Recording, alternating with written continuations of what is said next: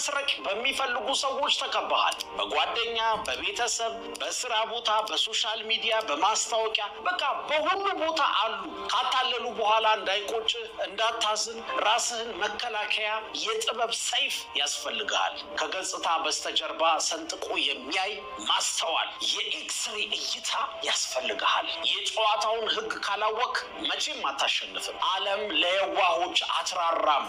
የሃይማኖት መጽሐፍት ሳይቀሩ እንደ እባብ ብልሁን ይሉሃል። የአይምሮ ብልህነት ወይም አይኪው አይደለም ወሳኙ። አይኪውህ 150 ሆኖ የሪል ስቴት ስካመር ሊሸጥህ ይችላል። ማስተዋል ማለት የስሜት ህዋሳት ብልህነት ወይም ቪሰራል ኢንቴሊጀንስ ነው። ከድርጊት በስተጀርባ ያለውን ዓላማ የማየት ችሎታ ነው። ሰዎች ይዋሻሉ፣ በቃላት ሊቆጣጠሩ ይሞክራሉ።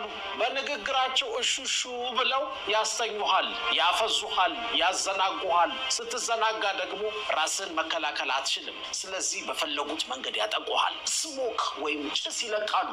አንተ ጭሱ ከየት ነው የመጣው ብለህ እሳቱን ስትፈልግ ባልጠበቅከው መንገድ አደጋ ውስጥ ነህ። ማንኛውም ሰው እወድሃለሁ፣ ለአንተ እኮ ታማኝ ነኝ፣ ይህ ቢዝነስ አስተማማኝ ነው፣ ስራ ሰጥሃለሁ፣ መጀመሪያ ክፈለኝ ሊልህ ይችላል። የዋህ ሰው ቃላቱን ሰምቶ ያምናል። የዋህ ሰው የራሱን ደግነት በሌሎች ላይ ያንጸባርቃል። እኔ አልዋሽም፣ ስለዚህ እሱም አይዋሽም፣ እነሱም አይዋሽም ይላል። ያ አይነት የዋህነት ገዳይ ነው። ሁሉም ሰው መጥፎ አይደለም፣ ሁሉም ሰው ደግሞ ጥሩም አይደለም። ስንዴውን ከእንክርዳዱ መለየት አለብን።